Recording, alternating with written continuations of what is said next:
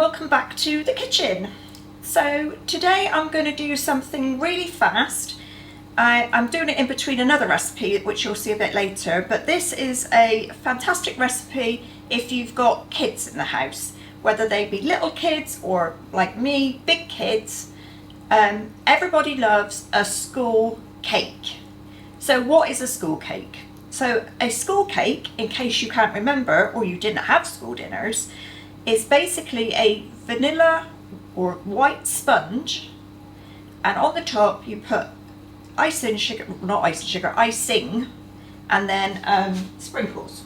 So remember these little jazzy sprinkles? Those things. So obviously you can colour your icing to whatever you want. If you want to colour your icing, you can use whatever sprinkles you want. But I'm just going to go basic, so I'm going to go for just white icing and the jazzy sprinkles.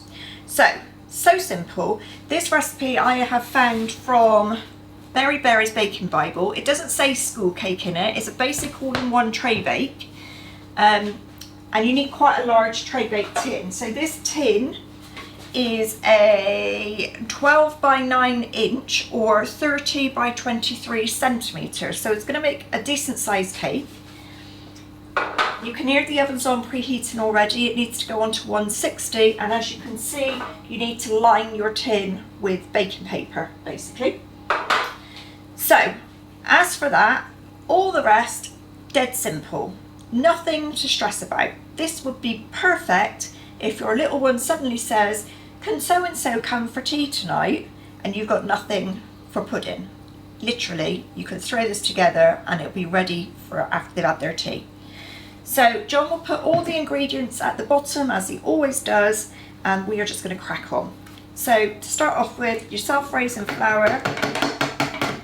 You can either use a stand mixer or you can use one of the little hand electric whisks, but I wouldn't recommend trying to do it by hand, as in with an old whisk. You need a bit of power there. Into that goes the caster sugar. This recipe we are using baking spread. Where's my knife? Or baker's block, or whatever you want to call it. It's more or less a whole block. I'm just going to chop it into smaller pieces so the mixture doesn't struggle so much. But this actually softens down really quickly. So in that goes, like that.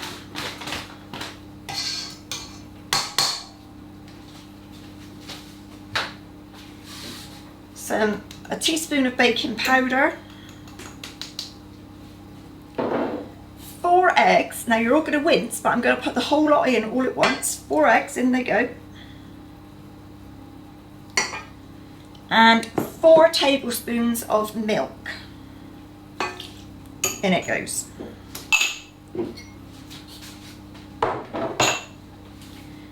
Now we're going to mix that. And once that's done, we'll be back.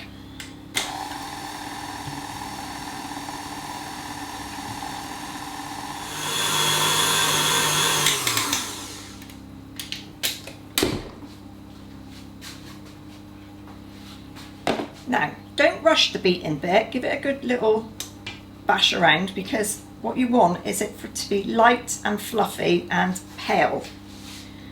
So mine's actually gone almost nearly white, which is perfect. I stopped midway and gave the bowl a good scrape down. Get this thing off. John's gonna love me, wait for it.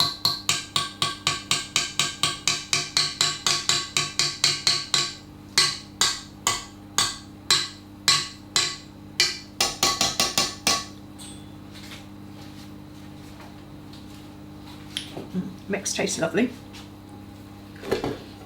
Right, let me get this stand mixer out of the way. So, next thing to do is to get it into your tin.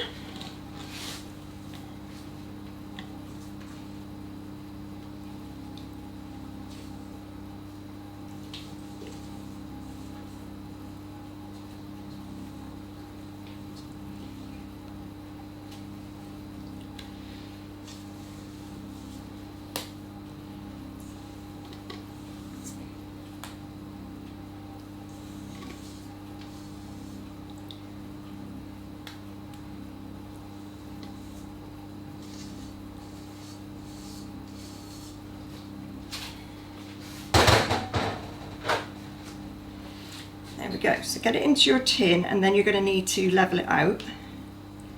Try not to bang it or anything because you don't want to knock any air out of it. So I'm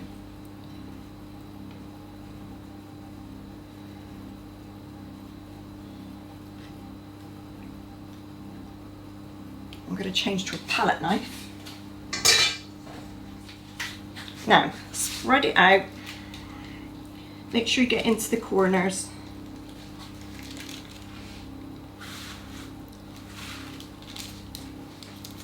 Palette knife is much easier to spread with than a spatula.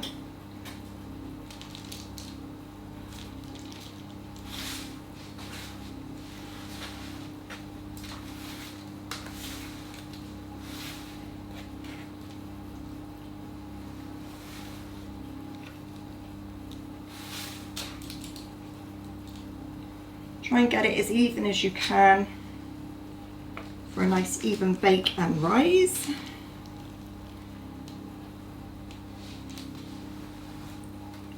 There we go.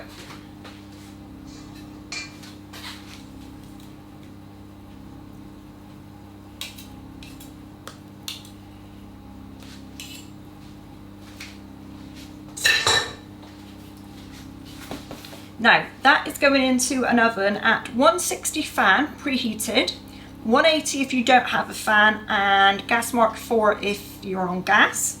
And it's going to go in for 35 to 40 minutes. When the cake is cooked, you will see that it starts coming away from the edge of the tin. So I've actually greased up the sides or lined up the sides of my tin. But if you just grease the bottom or line the bottom, the cake will start shrinking away from the edges of the tin, and when you touch it, in the middle I test this, it should spring back. So it should be a bit springy. If it's not springy, it's not quite done, so leave it for a few more minutes. So I'm going to put this in and we'll be back when it's cooked. Okay, so that's 35, let's check.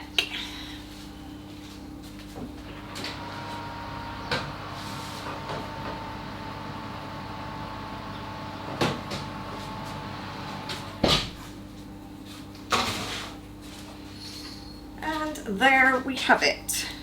It's coming away from the edges of the tin like I said it would, and it springs back in the middle, so that's perfect. I'm going to leave this to cool in the tin for a while, and then I'll turn it out onto a cooling rack and let it cool properly there. And obviously once it's cool, then we can decorate it, so we'll come back later when we're ready to decorate. Okay, so our cake is lovely and cool, and I flipped it up so that we got the perfectly flat side on the top. I've made some icing. Now this is just literally icing, sugar and water, and this is something that I am notoriously bad at. I can never get the mix right. It's either too runny and it rolls off the cake, or it's too thick and I can't spread it. So let's see what we're going to be today, shall we? Now I've got a palette knife to help with the spreading.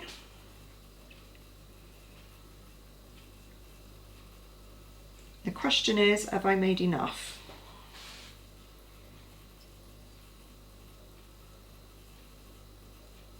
I'm not going to go right to the edge at the minute, in case it decides to start running on me. But it's looking pretty good at the minute, I have to say.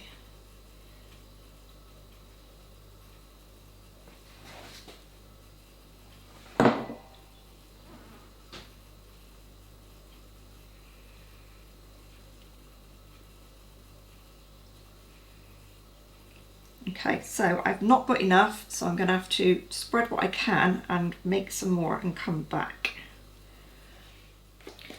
Okay, so there's our second lot mixed. And hopefully now we've enough.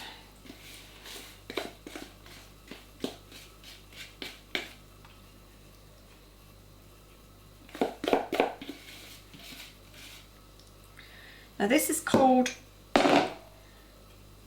school cake because we used to get this all the time when we were kids for pudding for school dinners.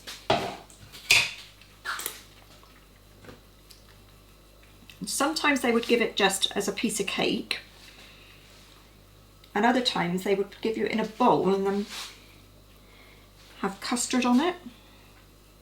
But it's one of those things that you just remember from school. I'm just going to try and spread this out a bit more.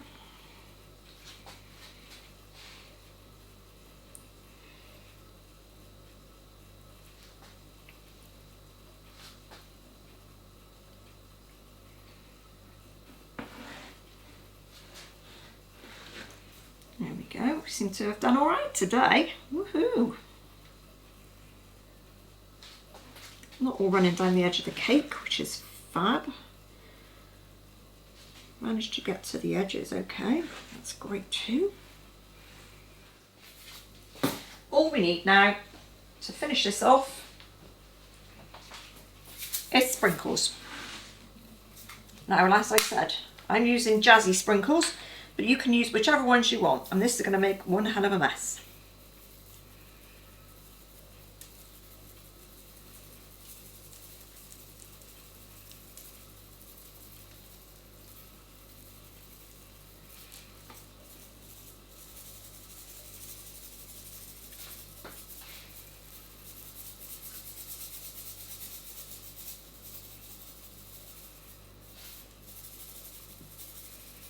Never have too many sprinkles, so don't stinge on them.